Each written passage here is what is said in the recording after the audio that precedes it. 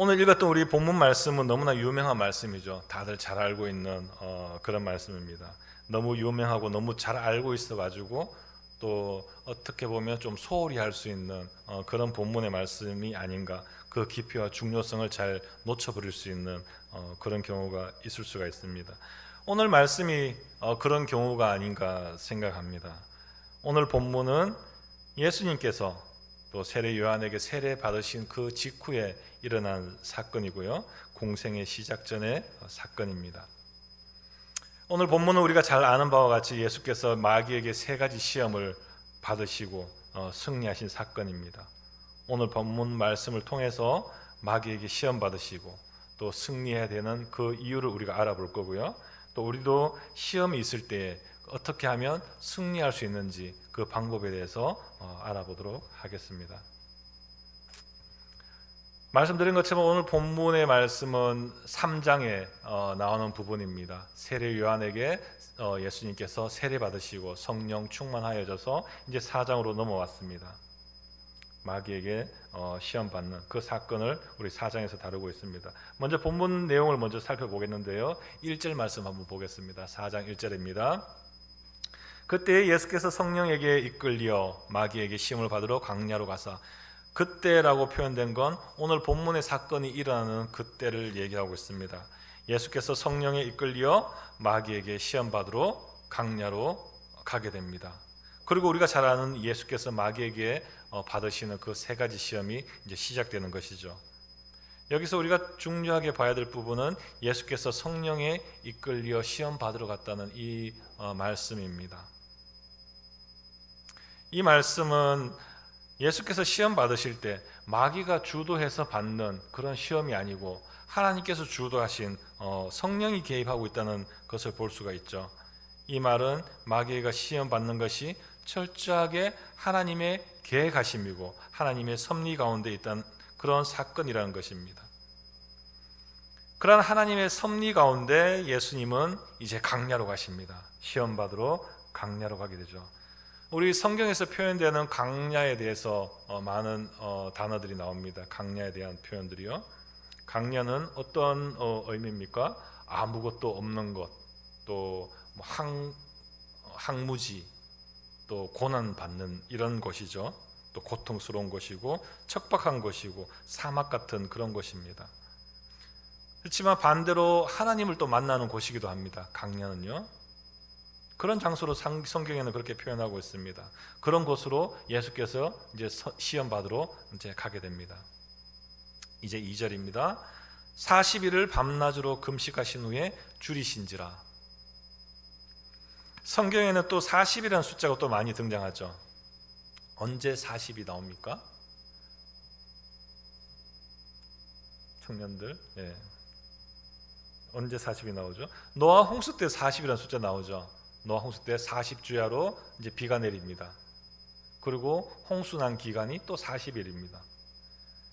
또 출애굽할 때 40년 광야 생활을 했고요. 또 가나안 정탐꾼이 40일 동안 정탐을 하고, 또 신약으로 넘어오면 예수께서 부활하시고 40일 동안 제자들과 함께 있는 그런 숫자죠.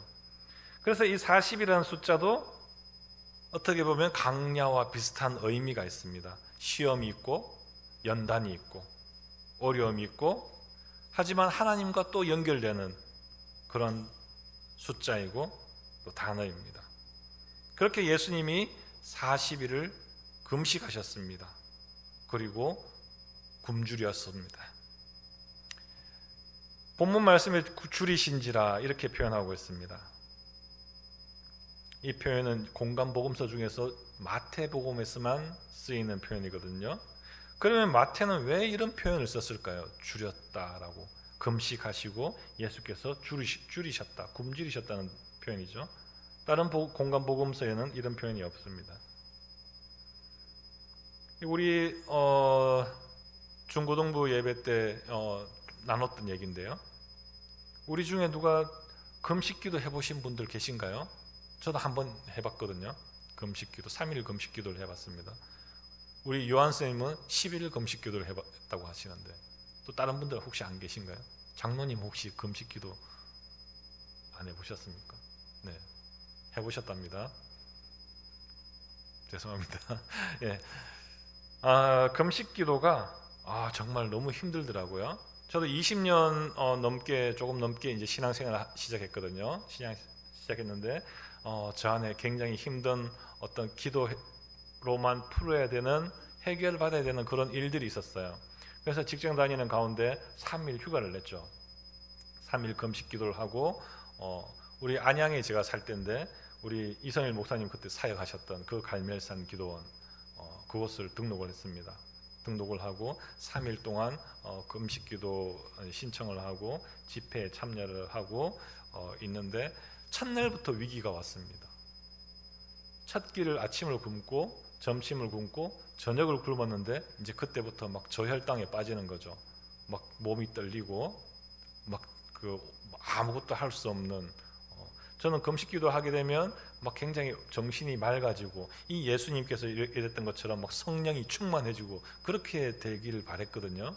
그리고 3일 금식하고 딱 내려왔을 때는 이제 내가 가지고 있던 그 고민의 기도 제목이 쫙 해결되고 나는 이제 승리자의 모습으로 그 갈멜산 기도원을 내려가는 겁니다. 그걸 기대하고 갔겠죠. 그 기도입니다. 근데 첫날부터 이제 고비가 왔죠. 첫날 저녁이었습니다. 엄청나게 많은 번뇌와, 이거 불교 용어지만 번뇌와 마음의 흔들림이 있었습니다. 배가 고파서요. 저혈당에 빠졌기 때문에. 집이 바로 옆이거든요. 갈멜산 기도원 큰 길 옆에 지나가면 저희 집이었는데 참을 수가 없었습니다. 집에 갔습니다. 라면 하나 끓여 먹고 다시 기도원으로 갔습니다. 그만큼 이 금식 기도가 어렵습니다. 언젠가는 한번 도전해보고 싶은 그게 있는데 그만큼 어렵습니다. 그런데 지금 예수님께서 40일을 금식하고 굶주렸다고 마태가 이렇게 기록하고 있어요. 다른 공간 복음서에 없는 내용을 굶주리시고 금식하시고 굶주리셨다고 이걸 기록하고 있습니다. 왜 기록했을까요? 마태는 지금 예수님의 사람됨을 얘기하고 있는 겁니다. 인성을 표현하고 있는 것이죠. 예수님이 완전한 인간으로 오셨다는 걸 이걸 강조하고 싶었던 거예요. 어떤 신적인 능력으로 내가 40일을 금식한 게 아니라 내가 사람으로서 그 40일의 그 힘든 가정을 겪어내고 지금 굶주려 있는 상태, 이 상태를 이제 마태는 얘기를 하고 있는 거죠. 인간의 모습으로 40일을 금식하고 굶주려 있음을 얘기하고 있습니다. 이 부분 조금 이따 다시 한번 또 나누도록 하겠습니다. 그리고 이제 3절부터는 우리가 잘 아는 마귀가 예수께 세 가지 시험을 시작하는 그 장면이죠. 첫 번째 시험 봅시다. 3절입니다. 내가 만일 하나님의 아들이거든 명하여 이 돌들로 떡덩이가 되게 하라. 시험하는 장면만 얘기하겠습니다. 두 번째 시험입니다. 5절 6절입니다. 6절에 내가 만일 6절입니다. 6절에 후반부에 내가 만일 하나님의 아들이거든 뛰어내리라 기록되었으되 그가 너를 위하여 그의 사자들을 명하시리니 그들이 손으로 너를 받들어 발이 돌에 부딪히지 않게 하리로다 하였느니라. 이제 세 번째 시험입니다. 8절과 9절이죠. 이제 9절입니다. 9절 말씀 보겠습니다. 이르되 만일 내게 엎드려 경배하면 이 모든 것을 내게 주리라. 우리가 잘 알고 있는 이 본문의 말씀 세 가지 시험이죠. 우리도 누군가를 시험할 때가 있죠. 어떤 서로 이렇게 시험한다는 건 별로 좋은 건 아니잖아요, 그죠? 그렇지만 우리가 알게 모르게 시험합니다. 부부간의 시험도 하고, 또 특별히 우리 청년들 남자친구 지금은 없지만 사귀게 되면 분명히 시험합니다. 이 인간이 이걸 해주면 나를 사랑하는 거고, 그러면 해주면 내가 이 사람한테 대한 어떤 신뢰감이라든가 믿음이 확 올라가는 거죠. 사랑하는 마음이 쫙 올라가겠죠, 그죠? 그런 시험하게 됩니다. 공연히 그냥 뭐 맛있는 거 사달라고 한다거나 뭐 멀리 있는데 우리 집에 뭐 와달라고 한다거나 뭐 이런 거, 그죠? 또 친구 관계에서도 그렇습니다. 그런 시험을 하죠. 그런데 오늘 본문에서는 마귀가 예수님을 시험하고 있는 거죠. 무엇을 시험하고 있습니까? 지금 방금 읽었던 이 세 가지 시험, 이거 시험하고 있나요? 겉으로는 돌을 떡으로 만들고 또 높은 데서 또 뛰어내리고 내게 와서 엎드려 경배해라. 겉으로는 이거 시험하고 있죠. 그런데 진짜 시험, 진짜 마귀의 의도는 무엇입니까? 3절과 6절에 나와 있습니다. 3절과 6절입니다. 내가 만일 하나님의 아들이거든, 네가 만약에 하나님의 아들이라면, 빨간 글씨로 해놨습니다. 내가 만일 하나님의 아들이거든 명하여 이 돌들로 떡덩이가 되게 하라. 떡덩이가 되게 하라는 이건 그냥 부수적인 부분이고 그 앞에 있는 부분입니다. 진짜 시험하고 싶은 건 내가 만일 하나님의 아들이거든, 네가 하나님의 아들인지 아닌지 그거 시험하고 있는 거예요. 지금 마귀는요. 그런데 마귀가 몰라서 하나님의 아들인 것을 몰라가지고 시험했겠습니까? 하나님의 아들인 것을 믿지 못해서 예수께 이렇게 물어봤을까요? 당연히 마귀는 예수님이 하나님의 아들인 것을 알고 있는 상태죠. 어떻게 하냐고요? 어떻게 알았을까요? 마귀니까 알았을까요? 마귀니까 저 사람이 예수님이고 하나님의 아들이다 라고 그렇게 알았을까요? 물론 그렇게 알 수도 있겠다고 생각되지만 말씀 안에 증거가 있습니다. 그 증거는 마귀의 질문을 보고 우리가 알 수가 있습니다. 마귀의 질문이 뭐죠? 이 돌들로 떡덩이가 되게 하라. 높은 데서 뛰어내리고 내게 경배하면 이 모든 세상 것들을 너한테 줄 것이다. 지금 이거 얘기하고 있잖아요.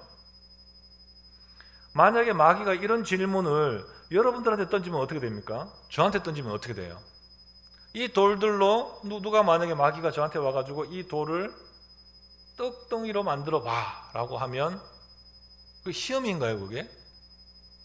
시험이 안 되죠. 그 시험이 될 수가 없습니다. 왜냐하면 저는 그 돌을 떡덩이로 만들 수 있는 능력이 없기 때문에 그렇죠. 그러니까 시험이 안 되죠. 어차피 저는 할 수 없는 사람입니다. 그죠?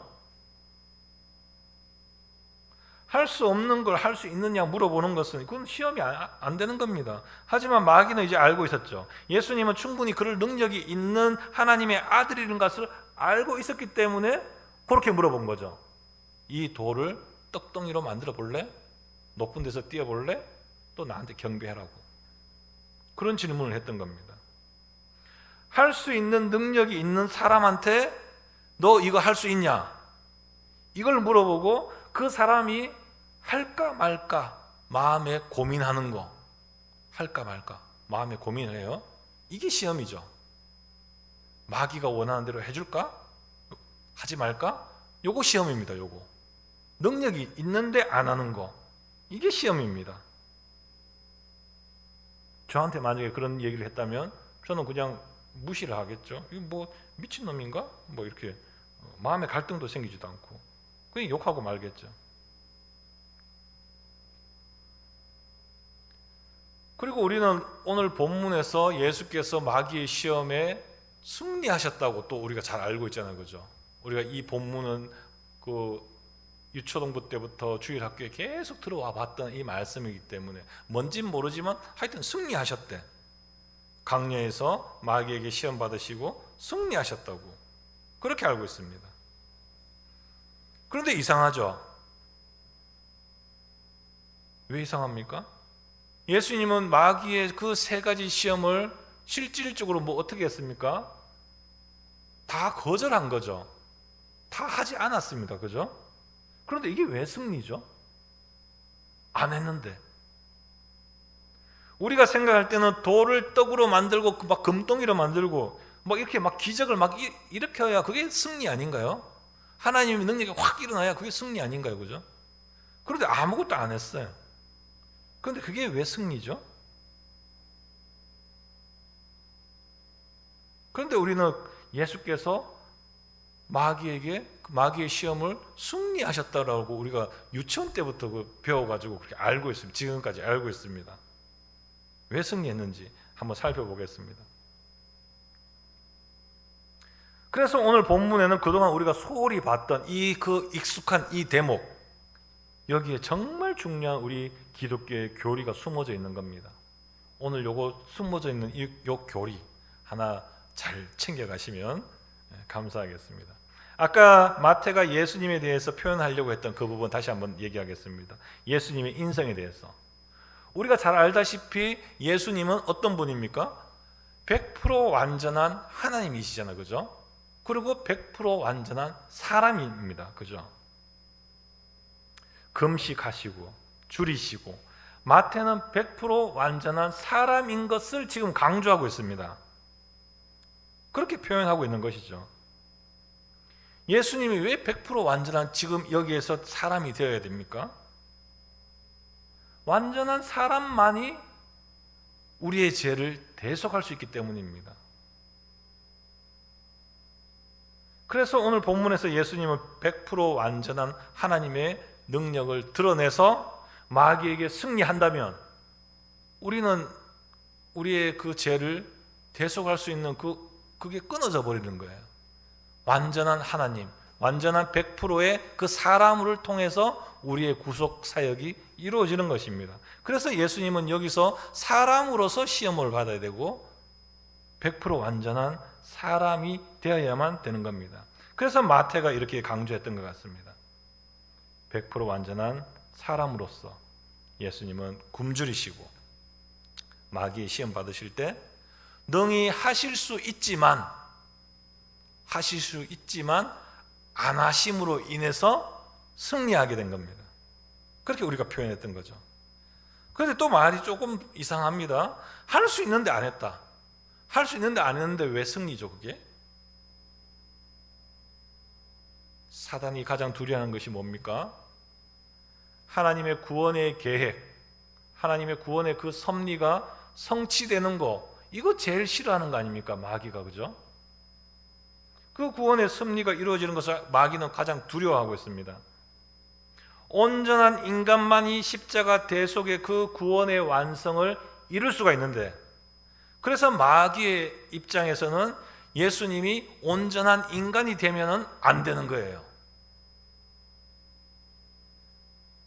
사단은 예수님이 어떤 신적인 능력을 발휘하게끔 만들고 있었던 겁니다. 그렇게 유혹했던 거고, 네가 한번 신적인 능력을 발휘해봐, 이 시험을 했던 겁니다. 그렇지만 예수님은 끝까지 그 시험을 뿌리쳤던 거죠.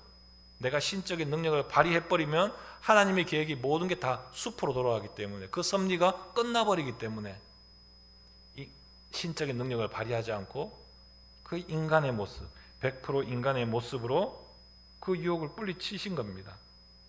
그래서 우리는 예수께서 시험에서 승리하셨다고, 하실 수 있음에도 불구하고 안 하셨던 거, 그걸 우리가 승리하셨다고 이제 말하고 있는 겁니다. 이런 시험은 계속해서 우리 성경에 또 나옵니다. 십자가에 달리실 때도 이런 모습이었습니다. 마태복음 27장 말씀입니다. 이르되 성전을 헐고 사흘에 짓는 자여, 내가 만일 하나님의 아들이거든 자기를 구원하고 십자가에서 내려오라 하며, 똑같은 상황이 일어납니다. 한참 뒤의 일입니다. 이제 예수께서 십자가에 이제 달리시는 그 장면입니다. 이제 밑에서 조롱하기 시작하죠. 네가 만일 하나님의 아들이거든 자기를 구원하고 십자가에서 내려오라고. 예수님이 당연히 십자가에서 내려와가지고 이 나쁜 놈들, 막 나를 못 박아 채찍질하는 놈들 싹 쓸어버릴 수 있잖아요. 그죠? 하나님의 능력으로.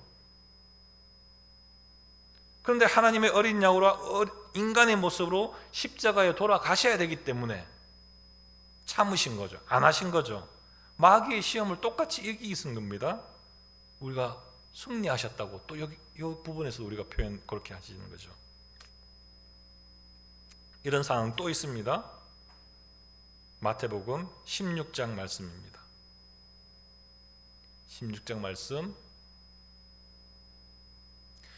이때로부터 예수 그리스도께서 자기가 예루살렘에 올라가 장로들과 대제사장들과 서기관들에게 많은 고난을 받고 죽임을 당하고 제3일에 살아나야 할 것을 제자들에게 비로소 나타내시니, 지금 예수께서 이렇게 얘기하고 있습니다.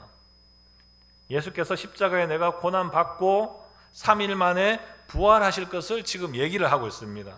그런데 22절에 베드로가 이렇게 얘기합니다. 주여 그리 마옵소서, 이 일이 결코 주께 미치지 아니하리이다. 베드로가 인간적인 호소를 하고 있습니다. 예수께 내가 십자가에 못 박혀 죽고 3일 만에 다시 살아나야 되겠다 하는 이 말을 듣고 베드로가 그리 마시라고, 그렇게 하면 안 됩니다 얘기하고 있습니다. 그래서 23절에 예수님은 베드로에게 야단치십니다. 어떻게 야단치냐면, 사탄아 내 뒤로 물러가라. 너는 나를 넘어지게 하는 자로다. 내가 하나님의 일을 생각하지 않고 도리어 사람의 일을 생각하는도다. 베드로의 이런 인간적인 생각은 예수님의 입장에서 본다면 하나님의 구원의 계획, 그 섭리를 망치는 사단의 시험이었던 겁니다. 똑같은 상황이었죠. 우리가 오늘 봤던 이 본문의 상황과 똑같습니다. 그래서 오늘 예수께서 마귀에게 시험받는 이 사건이, 예수님이 세례 요한에게 그 세례를 받고 그 직후에 일어나는 사단에게, 마귀에게 세 가지 시험을 받고 승리하셨어, 이렇게 간단하게 우리가 넘어갈 수 없는 부분이 되는 겁니다. 신학적으로 엄청난 의미를 가지고 있는 그런 부분이죠. 지금 마귀는 거대한 하나님의 그 구원의 역사, 구원의 계획에 정면으로 지금 도전하고 있습니다. 그 정면으로 도전하고 있는 그 엄청난 사건을 예수님은 100% 인간의 모습으로 꿋꿋이 견뎌내고 이겨내신 겁니다. 그래서 승리하신 거죠. 사단의 진짜 속셈을 아셨던 겁니다. 예수님은 하나님의 아들로서 그 시험을 순종한 것이 아니고 하나님의 아들로서 이 땅에 온 목적을 이루기 위해서 그 사단의 시험에 거절했던 것입니다. 그래서 우리는 그 사건을 예수님의 승리라고 우리가 부르고 있습니다. 그리고 우리도 하나님의 자녀이기 때문에 이 시험이 똑같이 찾아옵니다. 우리에게도. 그 규모는 다르겠지만 똑같이 찾아옵니다. 그래서 오늘 본문은 어떻게 우리도 그 시험에서 승리할까를 보여줍니다. 예수께서 하셨던 것처럼 그렇게 하면 우리도 승리할 수 있겠구나 하는 걸 보여주는 거죠. 그 메커니즘을 잠깐 보여드리겠습니다. 제가 공대 출신이라서 메커니즘 표현을 썼습니다. 죄송합니다. 이제 우리가 하나님의 자녀된 백성입니다. 하나님의 자녀이고요. 우리가 하나님의 자녀가 됐다고 하면 어떤 일이 일어날까요? 하나님의 자녀 됐다고 한다는 건 내 마음속에 내가 구주로 예수님을 받아들이는 거, 이거 하나님의 자녀 아닙니까? 그죠?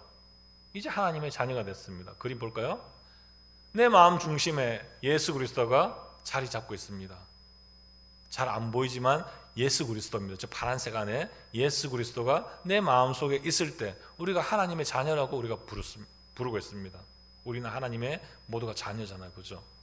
하나님의 자녀가 됐을 때 어떤 현상이 일어나냐 하면 말씀을 보고 싶어하는 그 마음이 생기기 시작합니다. 하나님이 우리에게 말씀을 주십니다. 그러면 우리가 그 말씀을 받고 또 어떤 마음이 생기냐 하면 우리는 하나님께 기도하고 싶은 그 마음이 또 생기게 됩니다. 하나님께 올라가는 기도죠. 이거 하나님과 우리와 수직적인 관계잖아요. 그죠? 그리고 또 다른 현상이 발생하는데 교제를 하게 됩니다.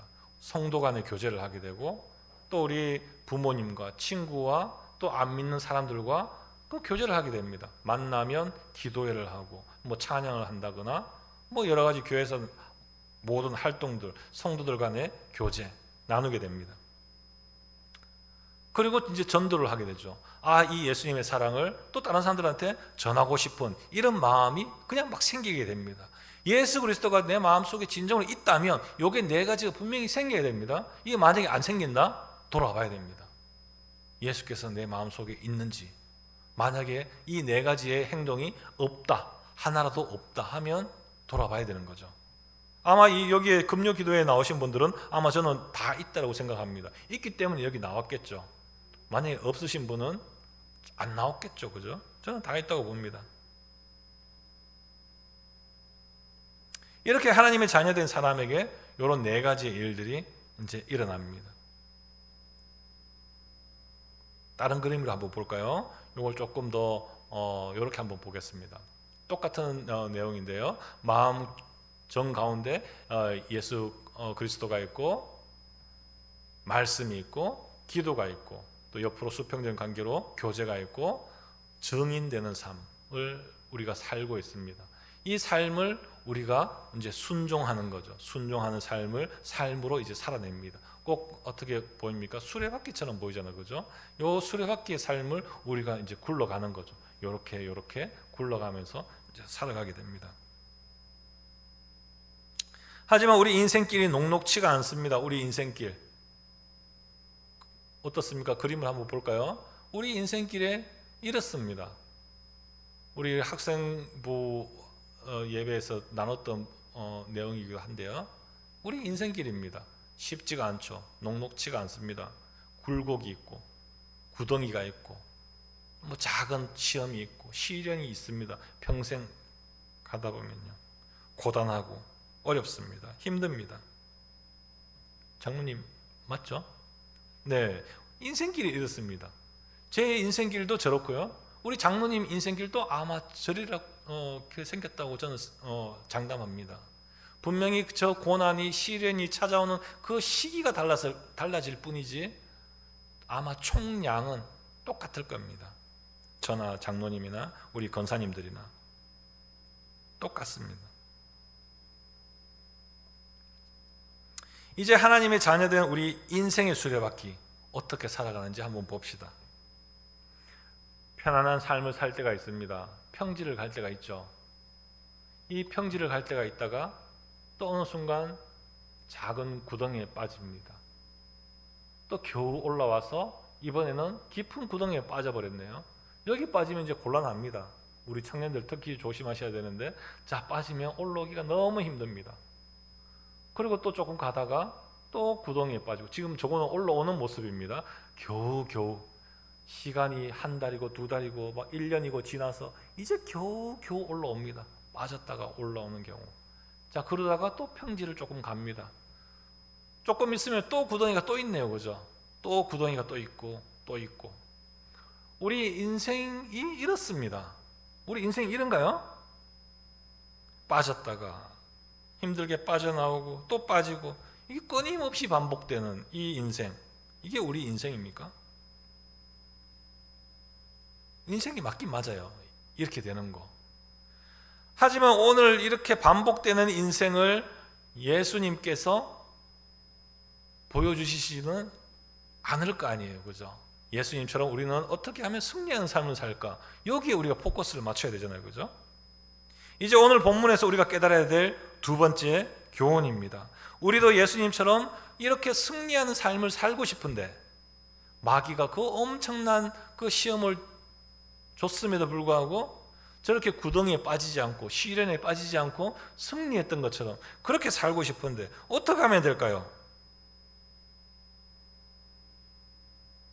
예수님께 우리가 물어볼 수 있잖아요. 그죠? 예수님 그렇게 하신 것처럼 우리도 그렇게 하면 됩니까? 되죠.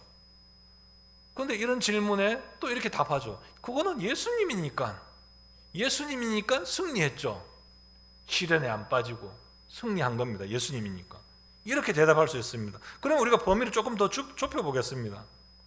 원래 지금 예를 든 건 담임 목사님을 예를 들었는데, 담임 목사님께서 지금 휴가 가셔가지고 우리 장로님 한번 예를 들어보겠습니다. 죄송합니다. 아마 모르긴 몰라도 우리 장로님은 시험에 잘 안 빠지실 것 같아요. 시련에 잘 안 빠질 겁니다. 아마 우리 권사님들 혹시 우리 이인건 장로님 시험에 빠져서 이렇게 막 힘들어하고 그런 거 본 적 있으십니까? 아마 없으실 겁니다. 그죠? 그런데 이걸 여기서 이쪽으로 시선을 돌리면 내가 봐도 몇 명 있어. 예? 벌써 몇 명 보이네요. 이게 연륜의 차이입니다. 이게 뭐 비하하려고 그런 게 아니고. 그럼 왜 이런 현상이 발생하죠? 왜 우리 담임 목사님은 안 빠지고 왜 우리 장로님은 저런 시련에 안 빠질까요? 왜? 그게 오늘 우리 고민입니다. 그게. 혹시 담임 목사님과 장로님께는 저런 시련이 오지 않나요? 똑같은 시련이 아마 올 건데, 그죠? 저와 똑같은 시련이 왔을 거고 우리 청년들과 똑같은 시련이 분명히 장로님께도 있었을 건데, 장로님은 앞만 봐도 평생을 봐도 시험에 빠진 것 같지가 않아. 우리는 시험에 빠지면 바로 표현하잖아요. 그냥 얼굴에 막 수심이 가득하고. 저도 조금 가득하죠. 지금 약간 저 상태에 있습니다. 그런데 큰 차이가 있습니다.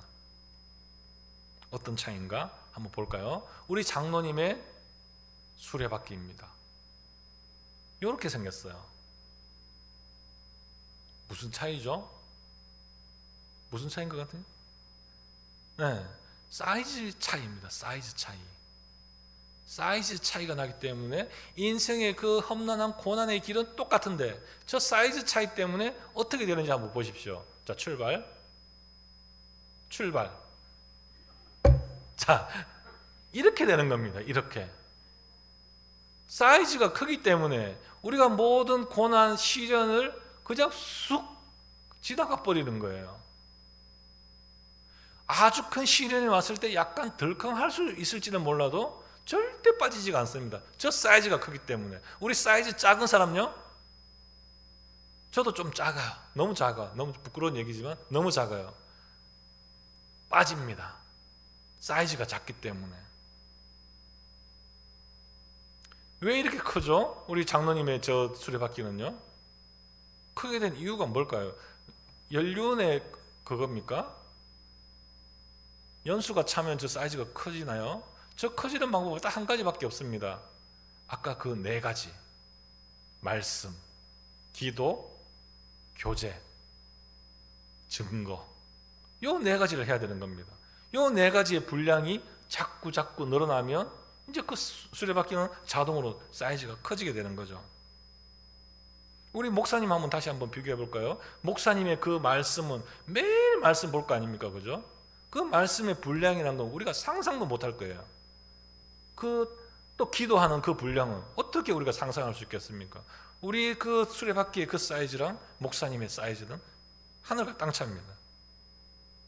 교제 엄청나겠죠. 전도, 지금까지 평생 동안 전도했던 그 인원들이 얼마나 많겠습니까? 그 분량이 엄청난 겁니다. 그래서 사이즈가 틀린 거죠. 그러면 오늘 본문에서 예수님의 그 수레바퀴 사이즈는 어느 정도일까요? 뭐 말할 필요가 없는 거죠. 목사님의 사이즈가 저만한데 예수님의 사이즈는 이거 뭐 우주를 덮어버리겠죠. 어마어마한 겁니다. 그래서 마귀가 줬던 그 시험은 덜컹하지도 않아요. 그냥 자연스럽게 아무런 탓 없이 그냥 지나가 버리는 거죠. 그래서 승리한 겁니다. 세 가지 시험을 어떻게 이겼나요? 말씀으로 승리하셨죠. 보겠습니다. 4절입니다. 기록되었으되 사람이 떡으로만 살 것이 아니요 하나님의 입으로부터 나오는 모든 말씀으로 살 것이라 하였느니라 하시니. 6절 7절입니다. 기록되었으되 그가 너를 위하여 그의 사자를 명하시리니 그들이 손으로 너를 받들어 발이 돌에 부딪히지 않게 하리로다 하였느니라. 또 기록되었으되 주의 너의 하나님을 시험하지 말라 하였느니라 하시니. 9절입니다. 10절이네요. 기록되었으되 주 너의 하나님께 경배하고 다만 그를 섬기라 하였느니라. 이거밖에 없습니다. 이제 답이 나오죠. 그 구덩이에 안 빠지는 방법, 시련에 안 빠지는 방법, 담임 목사님처럼 우리 장로님처럼 그 사이즈를 크게 만드는 그 방법, 바퀴를 키워야 되는 겁니다. 다시 한번 얘기합니다. 말씀, 기도, 교제, 증거, 이거밖에 방법이 없습니다. 혹시 내가 지금 만약에 우리 그냥 생각할 수 있잖아요. 내 위치는 어디 있을까? 내가 지금 평탄한 위치에 있을까? 아니면 작은 구덩이에 내가 지금 빠져 있나? 아니면 지금 내가 깊은 구덩이에 빠져 있어요. 아니면 깊은 구덩이에 빠졌다가 지금 올라오려고 지금 그 경계선에 지금 깔딱깔딱 지금 하고 있어요. 그때도 마찬가지입니다. 이거밖에 없습니다. 말씀, 기도, 증거, 교제, 이거밖에 없습니다. 다른 방법은 없는 거죠. 이 네 가지 중에 어느 한 가지라도 해야 올라오게 됩니다. 아마 이 네 가지를 다 안 한다? 절대 못 올라옵니다. 정말 시험에 빠져 있으면 말씀 못 보죠. 기도할 힘조차도 없죠. 그러면 어떻게 해야 되죠? 교제를 해야 됩니다. 교제. 누가 옆에 힘들어하는 친구가 있어. 힘들어하는 청년이 있고 힘들어하는 우리 성도님들이 있잖아요. 그분들이 교제 자리로 못 나오기 때문에 우리가 교제로 나가야 되는 겁니다. 그분들 만나줘야 되는 거예요. 힘주고 만나고 밥 사먹고 커피 사주고 으쌰으쌰 해주고 그리고 기도해주고 또 말씀 전해주고 그렇게 해서 그 사람이 그 구렁텅이에서 조금씩 살아나서 올라올 수 있도록 만들어줘야 됩니다. 그래서 스스로가 이제 말씀 보고 기도할 수 있는 그 자리로 나올 수 있도록 우리가 그 역할을 해야 되는 거죠. 그래서 우리 목장 그 모임이 저는 굉장히 중요하다고 저는 생각합니다.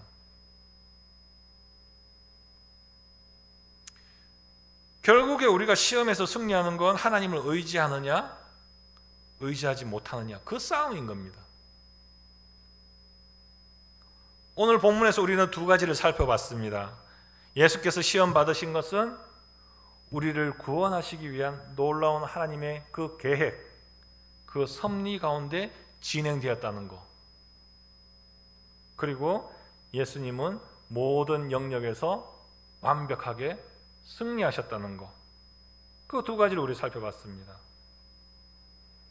이것은 예수님만의 그 승리가 아니고 오늘날 우리들에게 주시는 그 승리에 대한 약속인 것입니다. 그래서 사단의 유혹이 있고 시험이 있을 때마다 오늘 이 본문 말씀 생각하면서 승리하는 우리 믿음과 용기를 얻는 저와 여러분 되시길 주님의 이름으로 축복합니다.